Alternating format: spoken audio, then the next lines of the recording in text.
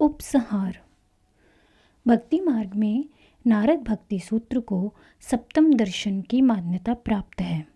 निश्चित ही प्रेम प्रसंगों का निरूपण श्रीमद् भागवत में सुंदर ढंग से किया गया है कि भक्ति सिद्धांत का विवेचन नारद भक्ति सूत्र में ही हो पाया है। जगत के प्रति संयमित तथा ज्ञान विज्ञान से संपन्न व्यक्ति ही परम प्रेम रूपा भक्ति में प्रवेश कर पाते हैं, अन्यथा सामान्य जन तो बहिर्मुखी वृत्ति ही अपनाए रखते हैं। मनुष्य में अंतर्विवेक नाम बड़ा विचित्र तत्व विद्यमान है। कुछ भी अशुभ करने पर अंतर से एक बार तो धिक्कार की ध्वनि उठती ही है। मनुष्य उसे अनसुना कर देता है, पर इससे तो यह तो सिद्ध होता ही है कि मनुष्य स्वभाव से ही भक्त तथा योगी है। अपना स्वभाव भूलकर कुमार्ग पर चल रहे मनुष्य की भी भोग योनि नहीं है। मनुष्य में भोग तथा भक्ति एक साथ रहते हैं। जहाँ भोग की अशांति बनी रहती है, वहाँ भक्ति के साथ शांति। जब जीव भोग की ओर झुक जाता है तो उसे साथ ही अशांति भी आ घेरती है।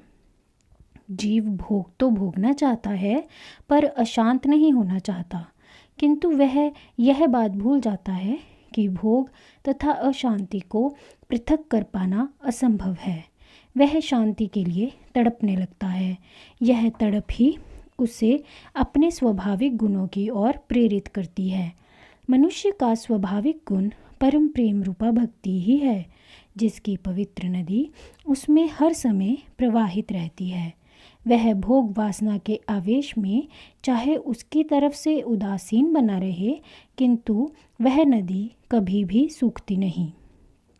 तभी तो यह उसका स्वभाव है।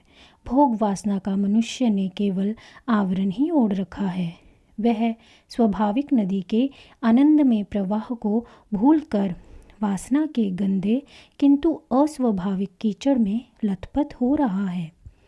आत्मा आनंद स्वरूप है, इसीलिए आनंद आत्मा की चैतन्य शक्ति के साथ ही चित्त पर प्रतिबिंबित होता है, परंतु जीव की इंद्रियां तथा वृत्तियां बहिर्मुखी होने से अंतर के आनंद की उपेक्षा कर विषयों में आनंद को ढूंढता है, जो उसे कभी भी प्राप्त होने वाला नहीं। आनंद का आभास होता है, किंतु अशांति को प्राप्त करता है।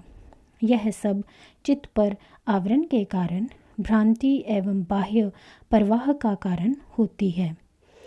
परम प्रेम रूपा भक्ति इंद्रियों तथा वृत्ति प्रवाह को अंतर की ओर स्वाभाविक प्रेम, आनंद तथा शांति को प्राप्त करने का मार्ग है। चैतन्य दैवी शक्ति है, जो प्रभु से ही प्रेरित तथा प्रचालित होती है। उसी की प्रेरणा से जीव का चित्त चैतन्यवत कार्यशील होकर सारा सूक्ष्म एवं स्थूल ढांचा बहिर्मुखी कार्यशील होता है। शक्ति प्रभु की है, उससे अभिन्न है, उसके द्वारा नियंत्रित है। जीव का उस पर कोई वश है ही नहीं। जीव चाह कर भी उसे अंतर्मुखी नहीं कर सकता। कितना भी प्रयत्न करे या अभिमान करे, किंतु शक्ति को वह कुछ नहीं कर सकता। हाँ, अंतर जागृति की कामना कर सकता है, प्रार्थना कर सकता है, उसके प्रति समर्पण कर सकता है। जिस साधन में समर्पण का समावेश नहीं हो, वह अभिमान एवं बंधन बढ़ाने का ही कारण बनता है। इसीलिए नारद जी ने कहा है कि मुख्यतस्तु महत्व कृपैव, मुख्यतः तो महापुरुषों की कृपा से ही जागृति होती है। भगवत कृपा लेशाधा, लेश मात्र भी भगवान की कृपा हो जाए तो क्षण मात्र में अंतर्मुखी हो जाती है।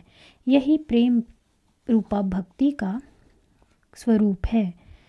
परम प्रेम रूपा भक्ति की जागृति के पश्चात कर्ता भाव के स्थान पर दृष्टा भाव, प्रयत्न के स्थान पर अनायास स्वाभाविक भक्ति भावनाओं एवं क्रिया का घटना आरंभ हो जाना, संचय के स्थान पर पूर्व संचित संस्कारों का क्षय आरंभ हो जाता है। भगवती अलाहरनी की लीलाओं को देखकर भक्त मुक्त हो जाता है।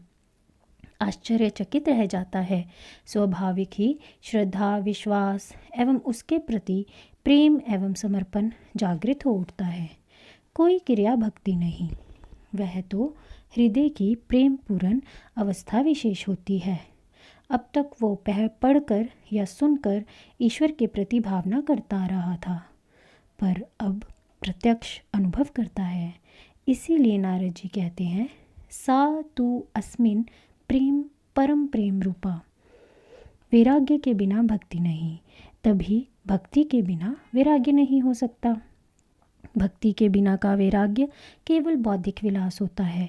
जितनी भक्ति की अनुभूतियाँ बढ़ती जाएंगी, उतना ही वैराग्य भी बढ़ता जाएगा। जितना वैराग्य बढ़ता जाएगा, उतनी ही भक्ति भी बलवती होती जाएगी। यह दोनों एक दूसरे के पूरक हैं, अन्योन्याश्रित हैं। जितना वैराग्य बढ़ता जाएगा, जगत से दूर हटते जाओगे तथा प्रभु के समीप होते जाओगे। इसी प्रकार जितना प्रभु के समीप जाओगे, उतना जगत से दूर होते जाओगे। भाव यह है कि वैराग्य का उदय होना तथा भक्ति का उदय होना दोनों एक ही बात है। जैसे जैसे अंतर में आसक्ति का अभाव होता जाता है, अनासक्ति का भाव हो जाता है तथा चित्त का स्वाभाविक गुण प्रेम प्रकट होता जाता है। क्योंकि तब चैतन्य की अनुभूति होती है। नारद जी ने कहा है कि निरोधास्तु लोक वेद व्यापार न्यासः। लौकिक एवं पारलौकिक कर्मों का त्याग ही निरोध है। अप्रत्यक्ष में भक्ति को ही परिभाषित किया गया है। न्यास यानी त्याग हुआ कि भक्ति उदय हो जाती है। किंतु त्याग इतना सरल भी नहीं। जीव बार बार प्रयत्न करता है तथा बार बार गिरता है। पूर्व कर्मों की स्मृतियाँ संस्कारों के रूप में तथा जगत में ही सत्यता की भ्रांति रूपी काल्पनिक गठन चित्त में ऐसी दृढ़ अवस्था में आ गए हैं कि जीव को बार बार विषयों की दलदल में खींच कर ले जाते हैं। अंतर विवेक के होते हुए भी जीव विविश है। वह चाहकर भी कुछ कर पाने में असमर्थ बना बैठा है। कैसी दयनीय स्थिति है उसकी। वह विषयों का कैदी बनकर रह गया है। अपना प्रयत्न कुछ काम नहीं आता, प्रभु का ही एक सहारा है। ऐसी भावना का विकास ही भक्ति मार्ग पर प्रथम पग है।